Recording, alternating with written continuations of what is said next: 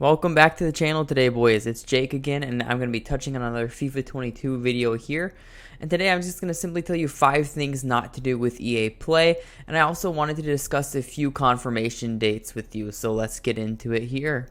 Today, EA released their FIFA 22 pitch notes, and it came with some information that is really vital to us. So, firstly, we have some release date confirmation. There's been a lot of speculation on it, nothing confirmed as of yet. So, firstly, we're going to get web app on September 22nd and EA Play on September 22nd. So, what this means is there's not going to be like a full early day of web app, which isn't a huge deal or anything. It was kind of nice for traders like myself who knew what they were doing and could build up their coins rather quickly. It kind of gave us an edge over those FIFA point spenders, and it gave us a little bit of time to kind of get ahead, because starting at EA Play, you can load up those FIFA points for the first time on your console. So that change honestly isn't one of my favorites, but I do understand it. I still expect web app to release at least a few hours before EA Play. I think they're going to want to reduce the server traffic, and if they don't, there's kind of going to be some problems there. So expect the web app to come out, and then probably within like 6 hours of that, you'll see EA Play, probably around 6 to 8 p.m. UK. And then the companion app is set to launch September 23rd. So that's typically what happens one day after EA Play companion app launches, and that will be September 23rd this year, and that is all confirmed. One more thing I wanted to touch on too that there's a lot of confusion about is when you get your 4,600 FIFA points for ordering early for your pre-order, and you get that on September 27th when you get the ultimate access. You actually don't get that at EA Play. So I know a lot of you guys are planning like what you should do with that, and I can talk about that in another video, but you're not going to get them right off the bat anyways. You're going to get them September 27th, so make sure you make note of that. We also just found out, and this is really, really exciting, and something that EA do right for once, is they are going to make ones to watch in the pre-order a player pick. So if you guys have the Ultimate Edition pre-ordered, you'll have a ones to watch player pick when you start FIFA 22, and I'm personally super duper excited for that. Oh my god! Wow! Now that we have all that out of the way, I just want to touch on 5 things not to do for EA Play, because there's a lot of mistakes made with it often, and I personally made a couple of brutal mistakes here, and I will go over them with you.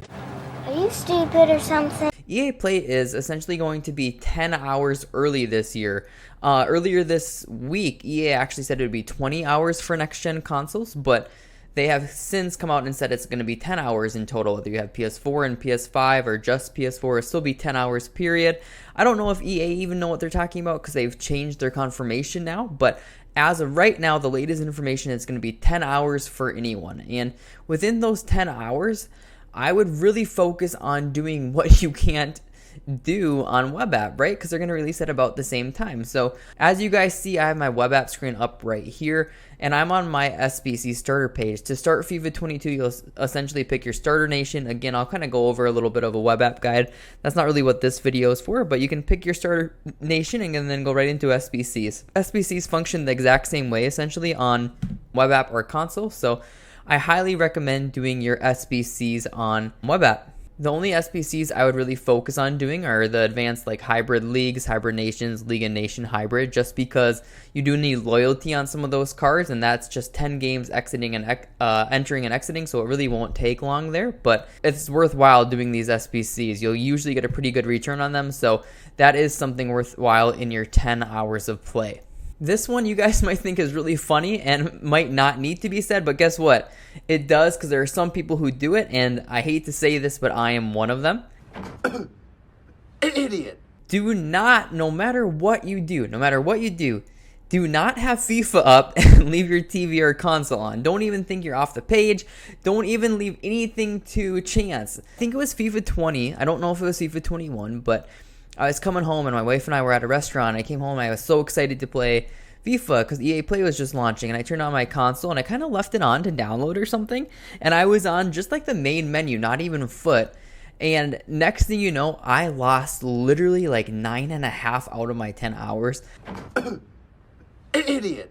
I felt like the biggest idiot possible, but I will never make that mistake again, and I know what's happened for others, so no matter what, if you're done playing FIFA for the day, turn off your console, close the game, do whatever, do not waste any of those precious minutes, okay? This is kind of probably a weird one coming from me, Jake Foot Trading, I know. Don't trade on EA Play, okay? As long as you have web app access, which I'm hoping a lot of you guys do, you can do whatever you need to do on web app. There's really going to be no trading advantages on like PS5 or next gen. We'll see if there's like a compare price sniping feature that may be beneficial, or maybe you're really good at sniping on those consoles. But other than that, it's the same functionality, okay? So I wouldn't waste too much time trading. The 10 hours should be really, really central and focused around gameplay. So if you can trade on web app, just do it on web app. Don't do anything on console really that you don't have to. Stop it. You guys can probably tell by my team here, I haven't played in a little bit, but another thing not to do with EA Play, guys, is mess with your team. I know that might sound kind of silly, but don't even waste time messing with your players and working on chemistry and applying fitness and contracts. A lot of the times we're playing with players that we buy at the same time, right? So maybe they start with 7 games contracts and they all expire at once. How laggy the menus can be, especially with the server overload.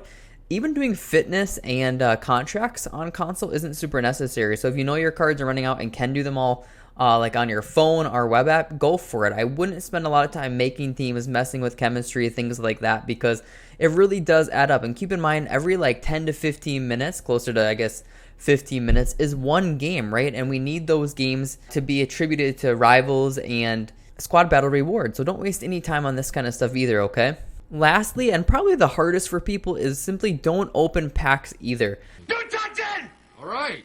One thing I will say is that if you're a FIFA point spender, which you guys know I personally don't spend any money on FIFA points, I don't need to. We usually make like 1 million coins within like 48 hours, and that's kind of the goal again this year.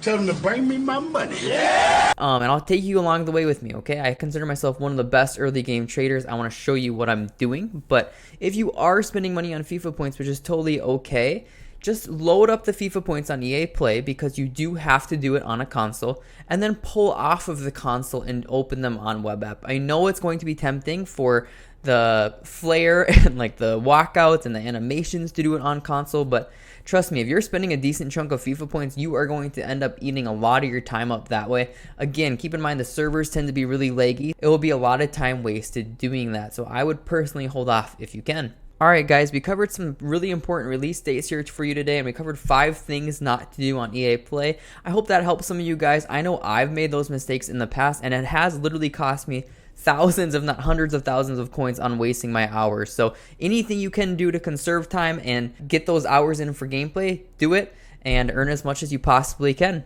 If you're new here, don't forget to subscribe. Trading trips are going to continue to come out for FIFA 22. I do plan to take you guys with me along the way. I made 10 million coins in around 25 days last year, and I don't spend any money on FIFA points. I consider myself a top trader, especially early on, and I don't think anyone really on YouTube is showcasing what they're doing really well or explaining it really well for the public, and I really want to be that person for you guys. So come hang out with me all year. We're going to do some of it on Twitch too. Feel free to follow there, and talk to you guys soon, I hope. Peace.